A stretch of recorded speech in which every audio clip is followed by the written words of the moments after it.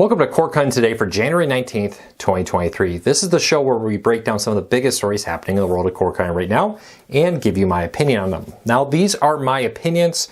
If you want to learn more about these stories, check out the show notes down below, and in the first pinned comment, I'll put a link to everything on cordcuttersnews.com so you can read it for yourself there and hopefully come up with your own opinions and leave me a comment. Let me know what you think. I'd love to hear from you. Before we get into the stories of the day, can you do me a favor? Can you help me grow this channel? Can you help me support my family? All you have to do is let YouTube know you enjoy what we do here by hitting that subscribe button or hitting that thumbs up. Doing one or both lets YouTube know you enjoy what we do, so they recommend our videos to more people, helping me grow my channel, helping me support my family.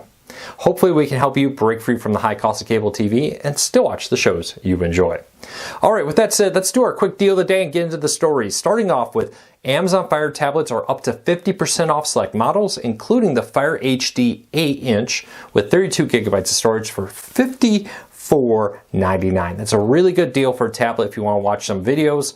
I love to use that in the car for the kids. It's a tablet. I don't really care if it gets destroyed because it's not a few $100. It's a 50-cent buck tablet. As we get ready for a little road trip here in the Bauma household, I'm excited to get use that again. But if you need a deal, check out our show notes down below to all the details and all the different pricing on the Fire tablet sales. All right, let's start off with a streaming player news. It was reported yesterday by Bloomberg that Apple is in development of a brand new Apple TV. Yes, if that 2022 model that came out not that long ago isn't good enough for you, they have a 2024 model with an updated chip. I'm assuming that updated chip is one of the new chips that was just announced yesterday from Apple, the M2, I think it was. Leave me a comment. Let me know if I remember that name wrong. But Apple is reportedly working on that, and that would be the big change. Reportedly, the design of it, the remote, and that part of it at this point in development is remaining the same. There's a year right now ahead of us before it reportedly plans to be released in early 2024, so that could change. But the interesting thing here is Apple wants to turn the Apple TV into a conference center machine by having a smart speaker and webcam all built into a single device that's meant to pair to your Apple TV and allow you to easily conference call with people. I'm sure Apple like you use their proprietary system, but I hope that they build in Zoom, Google Meet, and all the other ones out there that work with it. So let me know, are you thinking there's a need for a new Apple TV? I'll be honest, streaming video players, streaming these apps does not take a lot of power. Since we've moved away from these streaming players being gaming systems, honestly, you don't need this big, massive, expensive, powerful streaming player with a lot of storage.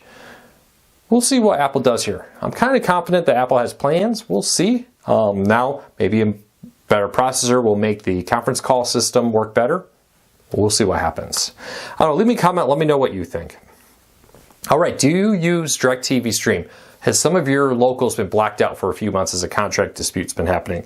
DirecTV and Mission Broadcasting, which owns like 20 or so, I have a full list, I didn't write down the exact number, local stations across the country in places like Lansing, Michigan, and New York, and more. Well, they've been blacked out for months. Now DirecTV is offering a one-time $10 refund, but the catch here is they're not going to automatically apply this to affected customers. You have to go and request it if you want a DirecTV or DirecTV Stream or Uverse TV $10 refund. Now I have all the details and the link to go request your refund in the show notes down below. Unfortunately, it says if you pay through PayPal, you can't get a refund, which I find kind of weird. But if you want your one-time $10 refund, hey, if you haven't had your locals, it's probably worth it. Check out the show notes. Check out the first pinned comment down below. I do wish this was automatic. You know, it's a one-time instead of a monthly refund for this. You think they could just automatically apply it to affected customers. But, you know, that's DirecTV. They're not doing that. All right, let's jump over to another satellite company, Dish. Dish reported yesterday that they lost 268,000. That works out to be about 2,913 subscribers canceling Dish or Sling TV combined every day in the fourth quarter of 2024. That's pretty scary numbers, but I think we talked about this a little yesterday and we talked about earlier. Dish is really seeing their future as a wireless phone company, and that's why they've been going out there and developing their Dish wireless service for it. It'll be interesting to see what happens with Dish, you know, with this, but clearly they no longer see TV as the main focus. They're moving over to wireless, but that doesn't mean TV is not important to them. They still have about 9.7 million subscribers, but that's down from 13.89 million in 2015. So it's definitely trending down. but they are offsetting this in many different areas. I've talked about this a lot, that cord cutting increasingly is becoming an on-demand and free venture for most people. If you don't care about sports, why pay for something like YouTube TV, Hulu Live TV, Fubo, etc., when you could just go get Paramount Plus, Hulu, HBO Max, all those pluses and maxes out there, get way more content.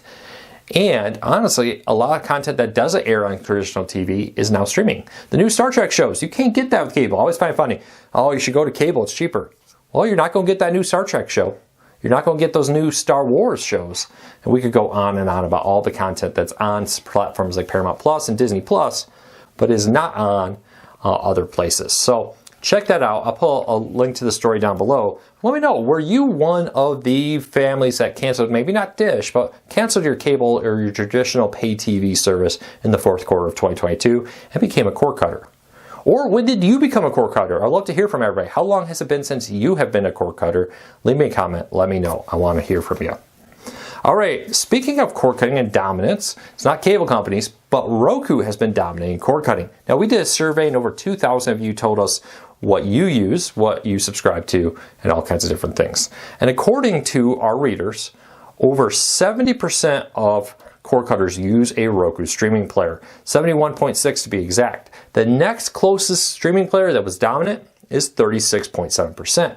Now, caveat here, people are going to say, Luke, these numbers don't add up to 100%. No, because we allow people to select multiple, because we've found in our testing that most people use multiple streaming players in their homes. Saving money often means just using what we have. If you have a smart TV in one bedroom, you're not necessarily going to go buy a Roku just because you want a Roku on every TV.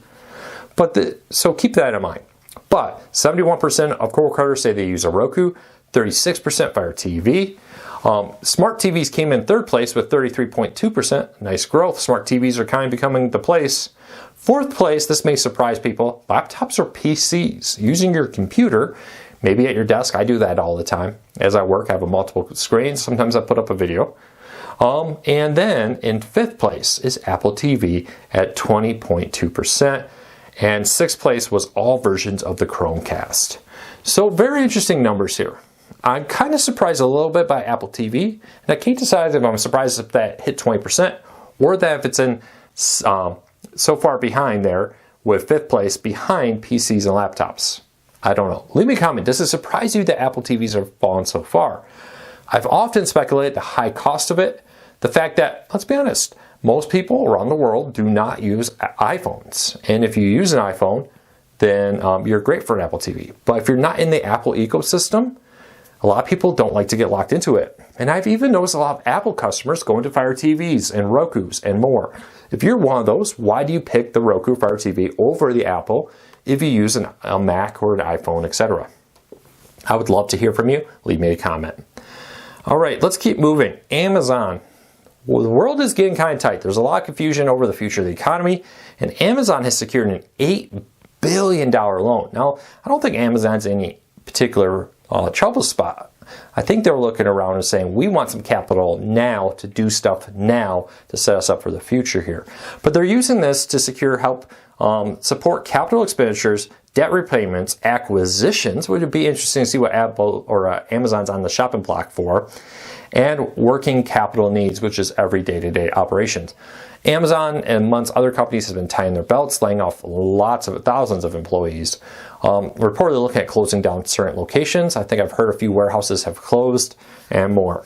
I think Amazon and other tech companies became a little victim of the success of 2020. As everything moved online, as everybody stayed home, Amazon did huge business. Microsoft, Facebook, Zoom, all these places did huge businesses as they worked together to be able to secure basically the way you communicate with the outside world while you stayed home and self-isolated. Well, now, as people get back out and get into the world, increasingly they're not shopping at Amazon. They're going back to their regular stores. They're not using Zoom meetings. They're going to meetings in person, or at least going into the office in person and more. So it'll be interesting to see what happens here. But clearly, the markets have shifted. I don't think this will be a long-term problem. I think Amazon's a very healthy company, but it is interesting seeing them pull a $8 billion loan for that. All right, jumping up to the last thing of the day. If you haven't entered our giveaway, don't forget to do that. Before we get to the final story, I'll put a link to it down below. We're giving away a Roku, a $100 Netflix gift card, and $100 in Hulu gift cards. Details in the show notes down below, but make sure you enter if you haven't before. All right, as we start getting earnings numbers, we just talked about Dish losing almost 3,000 subscribers a day. Well, let's look back to the third quarter of 2022 when cord cutting was seen to be exploding. And cord cutting was averaging about 3,786 new cord cutters every single day. Scary numbers for industry to say every day we're bleeding, let's just round up a little bit, 4,000 customers every day. And that's just a fraction of it. There's something hidden in that number. And that's all the people who didn't have cable and decided not to get it. Let's say you're a college student. You move out, you get your place, you got your job, you got your apartment. You didn't sign up for cable. Well, that's a cord cutter right there, but doesn't show up because in college you just got your TV from the university. Let's say you're a household that sadly is getting divorced and you split into two. And now that's 2 cord cutters instead of 1, but it only registers as 1 cord cutter. Let's say you're living with a bunch of roommates and you have 4 friends all paying in to 1 cable bill. You all move out, you get married, you move on, get a job, want your own place. Suddenly that 1 cable bill that supported 4 people becomes 4 cord cutters. So I would argue that this number is actually deceptively low because most people are actually, when they become cord cutters, are not actually cable subscribers previously. They got it from their parents, they got it from their university, or their apartment complex offered it, HOA offered it, and more. So it'll be very interesting to see how that all plays out. But with Dish or alone having almost 3,000, it would not surprise me if that number is now 6,000 or more in Americans who are canceling cable every single day in the first quarter of 2023, or even maybe even the fourth quarter of 2022. We'll have to wait and see for all the numbers. A lot of them will come out next week, and we're going to have full coverage of that. Well, there you go. There's the biggest stories of the day. Don't forget about our giveaway. Don't forget about the deals. If you're new here, hit that subscribe button. If you've been here a while, hit that thumbs up. Let YouTube know you enjoy what we do here, so YouTube recommends our content to more people, helping us grow, helping us support our family. Until next time, take care, be safe. We'll be back again real soon.